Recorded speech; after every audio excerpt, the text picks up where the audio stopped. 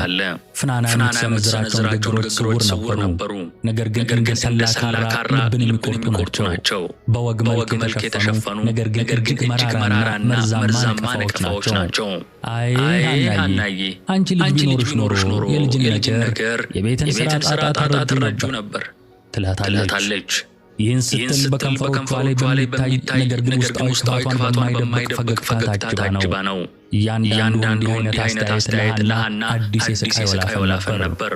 ነገር ግን ሐና አንደበቷን አትከፍትም፣ ዝምታን ትመርጣለች። ይህ ግን ከድካም ወይም ፍርሃት የመነጨ አልነበረም።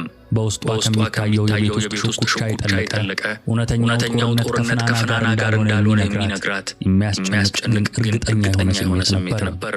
እውነተኛው ውጊያዋ በመንፈሳዊ ዓለም ነው።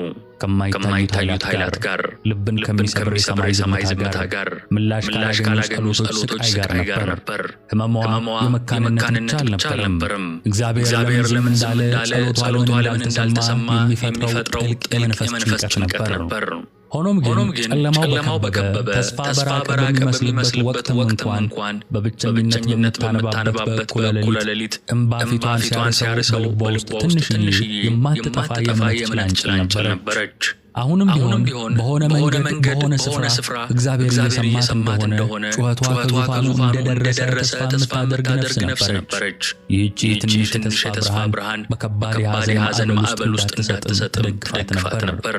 ዓመታዊው ጉዞ ወደ ሴሎ የሚደረግበት ጊዜ ደረሰ። ነገር ግን ይህ ዓመት የተለየ ስሜት ነበረው።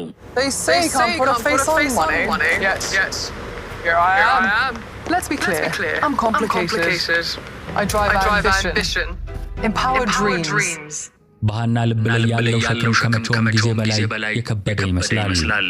የፍናና የንቀት ንግግሮችና ትዕቢት እንደ ሳለ ፍላጻ ልቧን ይበልጥ እየወጉት ነው። ለዓመታት በልቧ ውስጥ ተከማችቶ የነበረው የሐዘንና የተስፋ መቁረጥ ስሜት ልክ የተገደበ ወንዝ ግድቡን ሊሰብረው እንደሚጥር ውስጧን እየገፋው ነበር። ወደ ታቦቱ ቅጥር ወደ አምልኮ ስፍራ በደረሱ ጊዜ ሐና ከእንግዲህ መታገስ አልቻለችም። የውስጧ ስብራት ጣራ ይነካ ይመስላል። ከሰዎቹ መካከል ከባለቤቷም ከሕልቃና ከፉክክር አጋሯ ከፍናናም በስውር ሾልካ ወጣች። ብቸኝነትን ፈለገች። ከአምላኳ ጋር ብቻዋን ፊት ለፊት ለመገናኘት ፈለገች። ወደ አንድ የተደበቀ ስፍራ ስትደርስ ጉልበት ከዳት። መሬት ላይ ተንበረከከች። ለረዥም ጊዜ አግደው የቆዩት ውስጧን ሲያቃጥሉት የነበሩት እንባዎቿ ልክ እንደፈረሰ ግንብ ያለ ከልካይ ይወርዱ ጀመር። ነገር ግን ጩኸት አልነበረም። ድምጿን ከፍ አድርጋ አላለቀሰችም። ከቃላቶቿ ውስጥ ከነፍሷ ጥልቅ የሚመነጩ ድምፅ አልባ ነገር ግን ነፍስን የሚያሟሽሹ ልብን የሚሰብሩ ስቃዮች ናቸው። ከንፈሮቿ ይንቀሳቀሳሉ። ነገር ግን ምንም አይነት ድምፅ ከአፏ አይወጣም። የሙሉ ተስፋ መቁረጥና የጥልቅ ሐዘን ሕያው ምስል ሆና ነበር። በዚህ ጥልቅ የልብ ስብራት ቅጽበት ውስጥ ነበር ያንን ታላቅ ስዕለት የተሳለችው። ከተስፋ መቁረጥ የተወለደ ከባድ ቃል ኪዳን። ሁሉን ቻይ ጌታ እግዚአብሔር ሆይ ነፍሷ በዝምታ ጮኸች። የባሪያህን መዋረድ ብትመለከት ብታስበኝ፣ ባሪያህን ባትረሳ፣ ወንድ ልጅ ብትሰጠኝ፣ ዕድሜውን ሁሉ ለአንተ ለእግዚአብሔር መልሰዋለሁ። በእውነት በዘመኑ ሁሉ ለአንተ የተለየ ይሆናል አለቻና። ይህ ድርድር አልነበረም። ይህ የመጨረሻው ማሳመኛም አይደለም። ይልቁንም ሙሉ በሙሉ ራስን አሳልፎ መስጠት እንጂ ገና በእጇ ያልያዘችውን ነገር ግን ከምንም ነገር በላይ የምትፈልገውን ያን ውድ ስጦታ አስቀድማ ለመመለስ ቃል መግባቷ ነበር። በዛን ጊዜ ይህንን የሐና ድርጊት በርቀት ሆኖ ይመለከት የነበረው ካህኑ ኤሊ ነበር። የሐና የሚንቀሳቀሱ ከንፈሮች የተረበሸ ሁኔታዋን ተመለከተና ወደ ተሳሳተ ድምዳሜ ደረሰ። አእምሮዋን የሳተች በመጠጥ የደነዘዘች መስላት አየችው። በቁጣና በተግሳጽ ድምፅ እስከ መቼ ነው የምትሰክሪው ብሎ ጠየቃት። የወይን ጠጅሽን ከአንቺ አታርቂም አላት። ነገር ግን ሐና በዚያ ጥልቅ የሐዘንና የስቃይ ወቅት እንኳን በጸጥታ በክብር መለሰች። አይደለም ጌታዬ አለች በሹክሹክታ ድምጿ እየተንቀጠቀጠ። እኔ እጅግ ልቧ የተከፋ ነፍሷ የተጨነቀች ሴት ነኝ። የወይን ጠጅም ሆነ የሚያሰክር ነገር አልጠጣሁም። ነፍሴን በእግዚአብሔር ፊት እያፈሰስኩ ነበር እንጂ። በኤሊ ዓይኖች ውስጥ የመረዳት ብርሃን ፈነጠቀ። የሐናን ስቃይ ጥልቀት፣ የልመናዋን እውነተኛነት ተገነዘበ። የድምፁ ቃና ተለወጠ፣ ለሰለሰ። በሰላም ሂጂ አላት። ቃላቶቹ ያልተጠበቀ ክብደትና ተስፋ ነበራቸው። የእስራኤል አምላክ የለመንሽውን ልመናሽን ይስጥሽ አላት። እነዚያ ቃላት ልክ እንደ ሰማያዊ ብልጭታ የሐናን ልብ ሞሉት። ቀና አለች፣ እምባዋን አበሰች። ጥልቅ የሆነ በቃላት ሊገለጽ የማይችል ድንገተኛ የሆነ ሰላም በላይዋ ላይ ሰፈነ። የሆነ ነገር ተለውጧል። በታቦቱ ቅጥር ግቢ ውስጥ ብቻ ሳይሆን በነፍሷ ጥልቅ ውስጥ በህልውናዋ መሠረት ላይ የሆነ ታላቅ ነገር ተከስቶ ነበር። ወደ ቤቷ ስትመለስ ሐና ሌላ ሰው ሆናለች።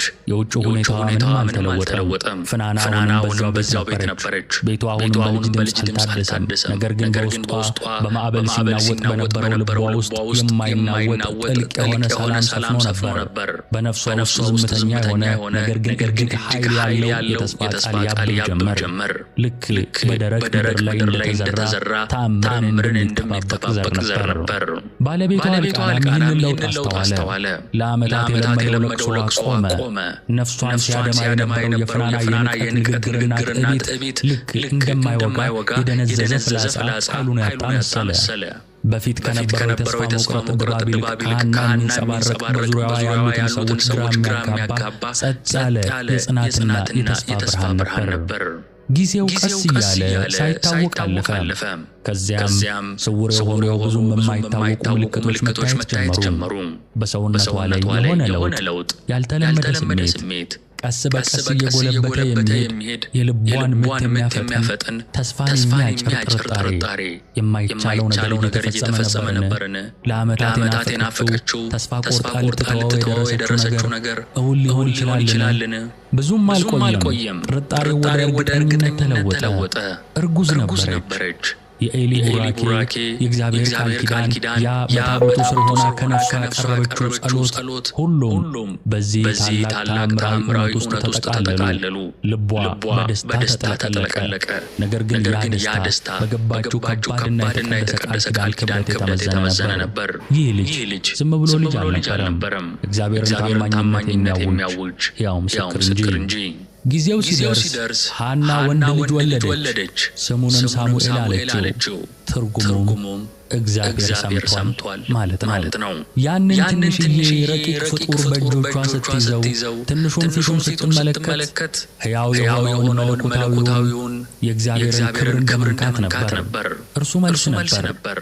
ልባቸው ለተሰበረ በጨለማ ለሚጮኹ ሁሉ እግዚአብሔር እንደሚሰማ የሚያሳይ ሕያው ምልክት ነበር።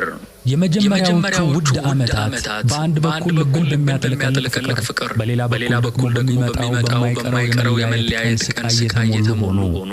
እያንዳንዱ ፈገግታው፣ እያንዳንዱ የሕፃንነት ድምፁ በሙሉ ልቧ የምትደሰትበት ነገር ግን አብረው የሚያሳልፉት ጊዜ አጭርና ውስን መሆኑን የሚያስታውሷት እየቀረበ ባለው የመለያየት ቀን ጥላ የተጋረደበት ነበር።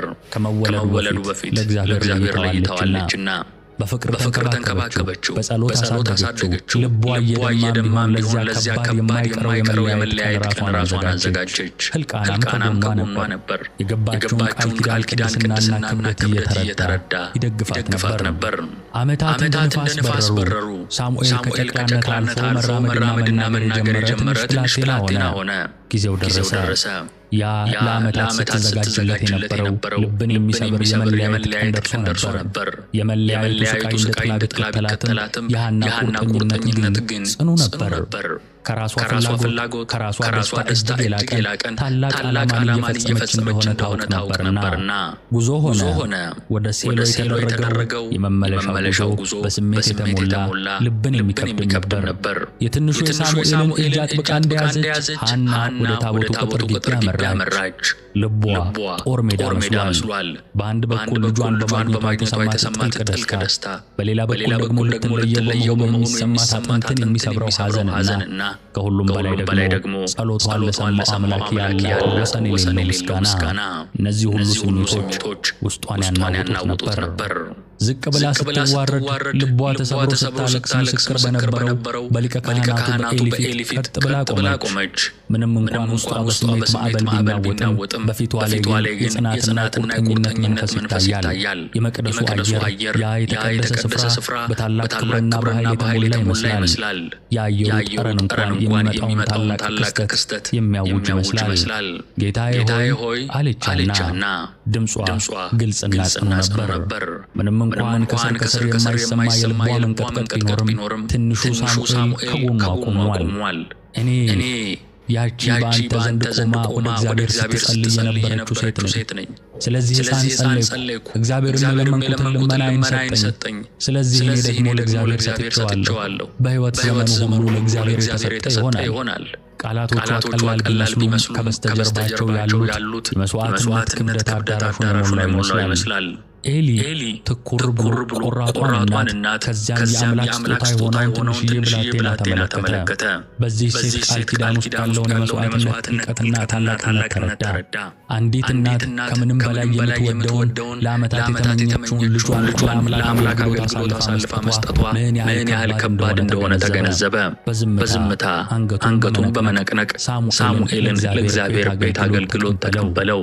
በዚያች ቅጽበት ምንም እንኳን ልቧ የተሰነጠቀ ለሁለት የተከፈለ ቢመስልም ጥልቅ የሆነ ሰማያዊ ሰላም በሐና ላይ ወረደ። ቃሏን ጠብቃለች፣ የገባቸውን ቃል ኪዳን ፈጽማለች። ከምንም በላይ ውድ የሆነውን ስጦታዋን ለሰጪው መልሳ ሰጥታለች። ከዚያም ከመሄዷ በፊት እንባን፣ ለቅሶን፣ የሐዘን ዋይታን ብዙዎች በጠበቁት ቅጽበት የሐና ድምፅ ከፍ ብሎ ተሰማ። ነገር ግን በሐዘን ሳይሆን ነፍስን በሚያሳርፍ ኃይል በተሞላ የምስጋና መዝሙር ነበር። የምስጋናና የውዳሴ ዜማ በዚያ ቅዱስ ስፍራ አስተጋባች። ዝቅ ያሉትን ከትቢያ የሚያነሳውን፣ የተጨነቁትን የሚሰማውን፣ ሐዘንን ወደ ደስታ የሚቀይረውን፣ መካኗን እናት የሚያደርገውን የእግዚአብሔርን ኃይልና ታማኝነት አወጀች። መዝሙሯ የማይናወጥ እምነቷን የሚያውጅ የልቧን ጥልቅ እምነት የሚያንጸባርቅ ነበር። ከመዝሙሯ በኋላ ወደ ልጇ ዞረች። ለመጨረሻ ጊዜ አጥብቃ አቀፈችው። በሹክሹክታ በፍቅርና በበረከት የተሞሉ ቃላትን በጆሮዋ አንሾካሾከች። ከዚያም ጀርባዋን ሰጥታ ልቧ ቢቆስልም ዓይኖቿ እንባ ቢሞሉም ልጇን በእግዚአብሔር ቤት ትታወጣች። ሙሉ በሙሉ በማታውቀው ነገር ግን በሙሉ ልቧ በምታምነው እርሷና ልጇን በሚመራው መለኮታዊ ዓላማ ላይ እምነቷን ጥላለች። ሐና ወደ ቤቷ ተመለሰች። ነገር ግን የልቧን አንድ ክፍል በሴሎ በታቦቱ ቅጥር ግቢ ውስጥ ትታው ነበር። የልጇን የሳሙኤልን ናፍቆት እንደ ለዘብተኛ ነፋስ ሁሌም በሕይወቷ ውስጥ የሚነፍስ የማይጠፋ ስሜት ነበር። በአንድ በኩል ጣፋጭ፣ በሌላ በኩል ልብን የሚቆጠቁጥ የዚያ ውድ ስጦታ ማስታወሻ። ሆኖም ግን የልቧ ጥልቅ ስፍራ በሰላም ተሞልቷል። በቋሚ ጸሎት ትተጋለች። ለዓመታት የነበረው የልመና ጸሎቷ አሁን ወደ ምስጋና ተለውጧል። ለመለኮታዊ አገልግሎት የተመረጠ ልጅ እናት የመሆን ታላቅ መብት ስለተሰጣት አምላኳን ታመሰግናለች። ሳሙኤል በአካል ከእርሷ ቢርቅም በራሱ በፈጣሪው ጥበቃና እንክብካቤ ስር መሆኑን ታውቃለች። ይህ በእንዲህ እንዳለ በታቦቱ መቅደስ ውስጥ ሳሙኤል ያንን ያልተለመደ አስደናቂ ሕይወቱን ጀመረ። በሊቀ ካህናቱ በኤሊ ጥንቃቄና መመሪያ ስር የእግዚአብሔርን መንገዶች፣ ቅድስናውን ስርዓቶች መማር ጀመረ። ስለ እግዚአብሔር ታላላቅ ስራዎች የሚነገሩትን ቅዱሳት ታሪኮች ያዳምጥ ነበር። ትንሽ ልቡ በአክብሮትና በፍርሃት ይሞላል። ገና ልጅ ቢሆንም በባህሪው ላይ የሚታይ ልዩ የሆነ ቁም ነገረኝነትና ጸጥ ያለ ታዛዥነት የመንፈስ ብስለት ነበረው። ዕድሜው የገፋው በዓለም የደከመው ኤሊም ይህንን ተመለከተ። ወደ መቅደሱ ይመጡ የነበሩ ሌሎች ጎብኚዎችም ይህንን አስተዋሉ። በዚህ ብላቴና ውስጥ የተለየ ነገር አለ። ከዕድሜው የሚበልጥ ብስለት፣ ከሰማያዊ ምንጭ የሚመነጭ ጸጋና ሞገስ፣ የእግዚአብሔር መገኘት በላዩ ላይ እንዳለ የሚያሳይ የማይካድ ምልክት ነበር። ዓመት ሐና ወደ ሴሎ መምጣቷን አላቋረጠችም። ለልጇ ለሳሙኤል በፍቅርና በጥንቃቄ የተሰፉ አዳዲስ ልብሶችን ይዛለት ትመጣ ነበር። እያንዳንዱ የስፌት ክር እናት ለልጇ ያላትን ፍቅርና የማያቋርጥ ጸሎት የያዘ ነበር። በእነዚህ ዓመታዊ ጉብኝቶች ወቅት ልጇ ሲያድግ ትመለከታለች። በቁመት ብቻ ሳይሆን በመንፈስም እየተለቀ ልክ የእግዚአብሔር እጅ ራሱ እንደሚቀርጸው እየሆነ ነበር። እግዚአብሔርም የሐናን ታማኝነት የገባችውን ቃል ኪዳን አልረሳም። በዝምታና በሐዘን ተሞልቶ የነበረው ቤቷ እንደገና በደስታ ድምፅ ተሞላ። ከሳሙኤል በኋላ ሐና 5 ተጨማሪ ልጆችን ወለደች፣ 3 ወንዶችና 2 ሴት ልጆችን። በፊት የለቅሶ ድምፅ ሲሰማበት የነበረው ቤት አሁን በልጆች ሳቅ፣ በጨዋታ ጫጫታና በትንንሽ እግሮች ኮቴ ተሞላ። እግዚአብሔር የገባውን ቃል መጠበቅ ብቻ ሳይሆን ከምትጠብቀውና ከምትገምተው በላይ አብዝቶ እንደሚባርካት የሚያሳይ ሕያው ምስክር ነበር። ይህ ሁሉ ሆኖ ሳለ ሳሙኤል ግን ሁሌም ልዩ ነበር። በሐና ተራ በሚመስል ሕይወትና እግዚአብሔር በእስራኤል ሊፈጽም ባሰበው ታላቅ መለኮታዊ ዕቅድ መካከል ያለ የማይነጣጠል ሰንሰለት ድልድይ እርሱ ነበር። በሌሎች ልጆቿ ፍቅርና እንክብካቤ ተከባም ቢሆን የሐና ልብና ሐሳብ ብዙውን ጊዜ ወደ ሴሎ በእግዚአብሔር ቤት ወደሚገኘው ልጇ የእምነቷና የመስዋዕትነቷ ፍሬ ወደ ሆነው ወደ ሳሙኤል ይመለስ ነበር። አንድ ሌሊት በታቦቱ ቅጥር ግቢ ውስጥ በሴሎ ምድር ላይ ከባድ ዝምታ ሰፍኖ ነበር። ልክ ዓለም እስትንፋሷን እንደዋጠች ሁሉ ሰማይና ምድር በትኩረት እንደሚያዳምጡ ሁሉ ሳሙኤል በተኛበት በቅድስተ ቅዱሳኑ አቅራቢያ በታቦቱ አጠገብ አንቀላፍቶ ሳለ በድንገት ያንን ከባድ የሌሊት ዝምታ ሰንጥቆ የመጣ ግልጽና ስልጣን የሞላበት ድምፅ ተሰማ። ሳሙኤል አለ ድምፁ። ብላቴናው ግራ በመጋባት ከእንቅልፉ ባነነ። ድምፁ እጅግ ግልጽ ስለነበር ሊቀ ካህናቱ ኤሊ እንደጠራው አሰበ። ያለምንም ማመንታት ከአልጋው ተነስቶ ወደ ኤሊ ማደሪያ ሮጠ። አቤት ጌታዬ፣ ጠርተኸኝ ነበር ብሎ ጠየቀው። አይኖቹ አሁንም ከእንቅልፍ ጋር እየታገሉ ነበር። ነገር ግን ኤሊ ከፊል እንቅልፍ ውስጥ ሆኖ በመደነቅ ራሱን ነቀነቀ። አልጠራሁህም ልጄ አለው በንፍዘት። ሂድ ተመለስና ተኛ። ሳሙኤል ታዘዘ።